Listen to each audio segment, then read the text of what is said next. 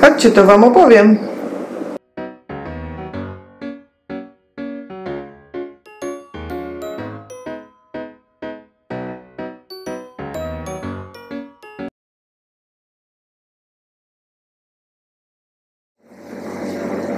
Dawno, dawno temu, za 7 górami, za 7 lasami, w XIX-wiecznych Chinach łowiono sobie rybki chi na obiad.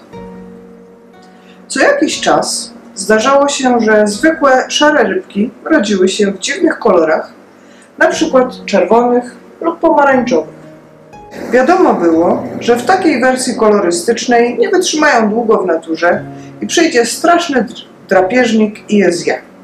Na szczęście tu pojawiają się buddyjscy mnisi, którzy, bojąc się strasznej karmy, odławiali te wybryki natury do oczek wodnych.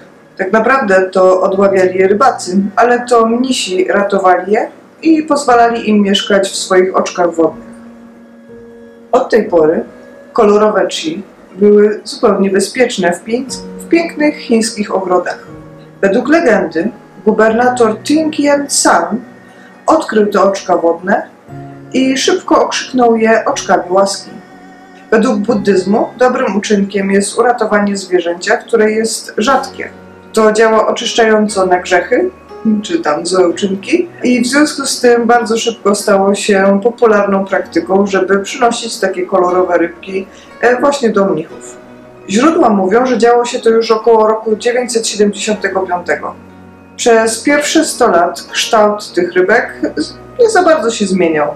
Ale co było dalej? Sprawy zaczęły nabierać szybkiego tempa około wieku XII, kiedy rybek w oczkach było już tak dużo, że można było wydzielić te, które mają jakieś dziwne, interesujące cechy i powielać je między sobą. Rozpoczęła się wtedy selekcja rybek, które były ciekawe lub dziwne. Niestety nie było to hobby dla wszystkich, bo nie wszystkich było stać na to, żeby mieć oczko wodne. Dodać też trzeba, że żółty był zarezerwowanym kolorem tylko dla władców. I jeśli ktoś chciał mieć rybki w swoim oczku wodnym, musiał stawiać na pomarańczowy lub czerwony, żeby nie narażać się władcom.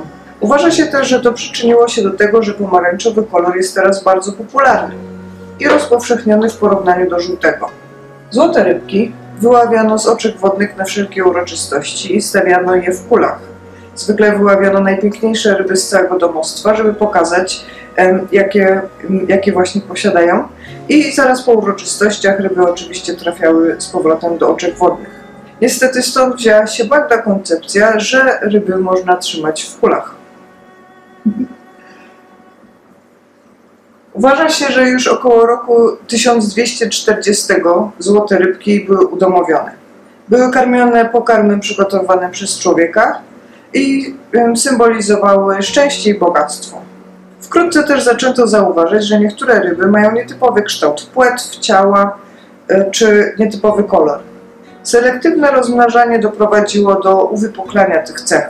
Jak już wiecie, dzisiejsze welony mają niewiele wspólnego ze swoim krewnym przodkiem, karpiem pruskim. Około roku 1360, czyli za dynastii Ming, notuje się pojawienie złotych rybek, które miały podwójny ogon. Od tamtej pory selektywnie zaczęto rozmnażać ryby ze względu na ich deformacje czy udziwnienia i tak powstawały nowe rasy. W tym okresie ryby przestały być trzymane tylko na zewnątrz, ale zaczęły być także wnoszone do środka i udomawiane jeszcze bardziej. Po roku 1600 welony zostały eksportowane do Japonii, gdzie stworzono takie rasy jak Ryukin czy Tosakin. Obie te rasy zapoczątkowały współczesną historię różnych innych ras. Japonia w tym samym okresie stała się sławna z produkcji karpi koi, gdzie ważnym elementem był oczywiście kolor i tutaj nie było za bardzo deformacji, jeśli chodzi o kształt, ale skupiano się na tym, żeby osiągać różne ciekawe kolory. Musimy też pamiętać o tym, że karpie koi podziwia się z góry, a welony w tamtym czasie zaczęto już podziwiać z boku. Status wielu japońskich rodzin określono na podstawie tego, jakie miały ryby. Welony dotarły do Europy około roku 1700. Niektóre źródła też wspominają, że król francuski Louis X Został obdarowany piękną złotą rybką około roku 1750. Była też tradycja obdarowywania żon złotą rybką na rocznicę ślubu. Miało to symbolizować szczęście, a ich złoty kolor oczywiście bogactwo. Pierwszy rysunek złotej rybki w Anglii został zanotowany około roku 1711. Był on wykonany przez lokalnego botanika. Do końca XIX wieku złote rybki dotarły do Stanów, gdzie szybko się rozprzestrzeniły. Zamieniły się tam w gatunek wysoce inwazyjny. Musimy sobie zdać sprawę z tego, że welony są bardzo odporne na różne wahania parametrów, mimo wszystko, a zwłaszcza złote rybki. Więc jeśli zamieszkują jakieś lokalne jeziora, to wiadomo, że będą wybierać lokalne gatunki ryb przez swoją wysoką odporność na różne temperatury oraz różne parametry. Doszło do tego, że był to gatunek tak inwazyjny, że rozdawano je nawet za darmo. Ciekawostką jest to, że w 2015 roku odnotowano ponad 3000 złotych rybek w jeziorze Teller w Colorado. Już w XIX, a zwłaszcza w XX wieku, złote rybki rozdawano na festynach. W międzyczasie powstało bardzo wiele unikatowych ras. W tej chwili jest ich około 200. Różnią się kształtem i kolorem, a także złote rybki i welony są wykorzystywane do różnych celów. Złote rybki najczęściej używa się w badaniach laboratoryjnych, a to dlatego właśnie, że są bardzo wytrzymałe, mają świetną pamięć, używa się też ich do badań okulistycznych. Służą też w sklepach zoologicznych jako żywy pokarm. Są oczywiście ozdobą akwariów, ale też są żywą sztuką, zwłaszcza w Chinach. W Chinach złote rybki są niemalże symbolem narodowym. Ich grafiki czy rysunki odnotowuje się już od dawna w sztuce chińskiej i nawet teraz na Nowy Rok często lampiony są ozdobione rysunkami złotych rybek, co ma oczywiście symbolizować szczęście i pomyślność w nadchodzącym Nowym Roku. Każdy rejon w Chinach ma swoje sztandarowe rasy i odmiany welonów. Welony są traktowane jak żywa sztuka i ich wygląd jest dopracowywany właściwie co do milimetra. Dąży się do uzyskania estetycznego ideału ich twórcy. Takim głównym twórcą, bardzo znanym, jest Pan z Fuzhou, który został okrzyknięty ikoną welonów w Chinach.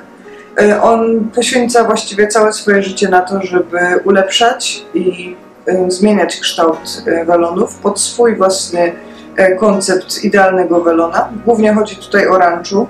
To ten sam pan, który stworzył też ranczu Mu, czy Cow Ranchu. Jakkolwiek odbieramy względy etyczne działań pana, to zrobił on dla welonów bardzo wiele.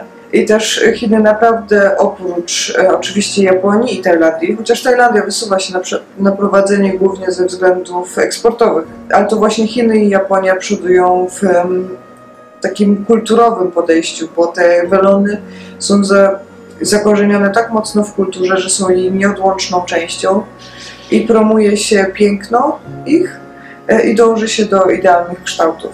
Oczywiście, tak jak już Wam mówiłam, są też różne niebezpieczne i marketingowe chwyty wymyślania coraz to nowych ras. Myślę, że w Polsce temat welonów troszeczkę przez ostatnie 15 lat zanikł, ale mam nadzieję, że wróci do łask, bo welony naprawdę są pięknymi i wdzięcznymi rybami. Potrafią zdobić akwarium i mają wspaniałe osobowości. Tak, mają osobowość. Można się z nimi zaprzyjaźnić. Mam nadzieję, że razem z grupą na Facebooku Welonki Złote Rybki uda nam się propagować wiedzę, szerzyć i edukować. I już niedługo welony znowu będą się cieszyły świetnością w Polsce. I żyli długo i szczęśliwie. Dobranoc.